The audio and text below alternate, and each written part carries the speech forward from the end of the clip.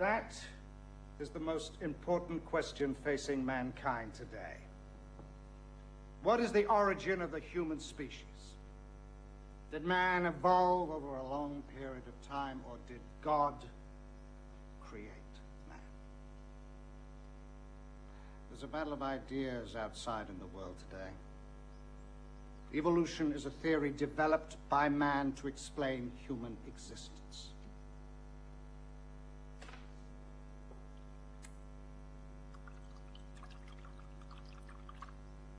There. Now it's alive.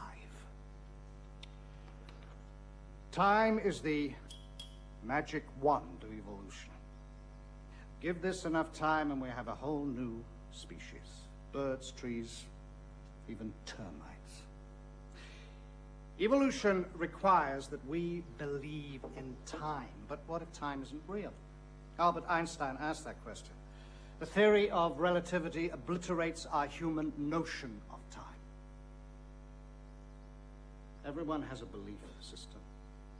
Since we weren't here, we have to believe that we evolved over a very long period of time. Biblical creation maintains that God created everything in 6 days. Now, this time next week, presto, a whole new world. Both evolution and creation play with time. Most of us have some kind of timepiece wrapped around our wrist. But don't be fooled by time. Where's the truth? Billions and billions of years, or 6 days. The scientists in Israel claim that all of human history was coded into the Torah before human history even began. Other scientists say this is crazy. Who's right?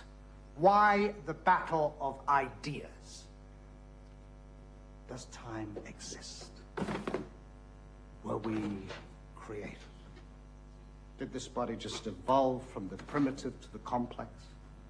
This is the most important question facing us. Do we have a soul or not? Will it live forever?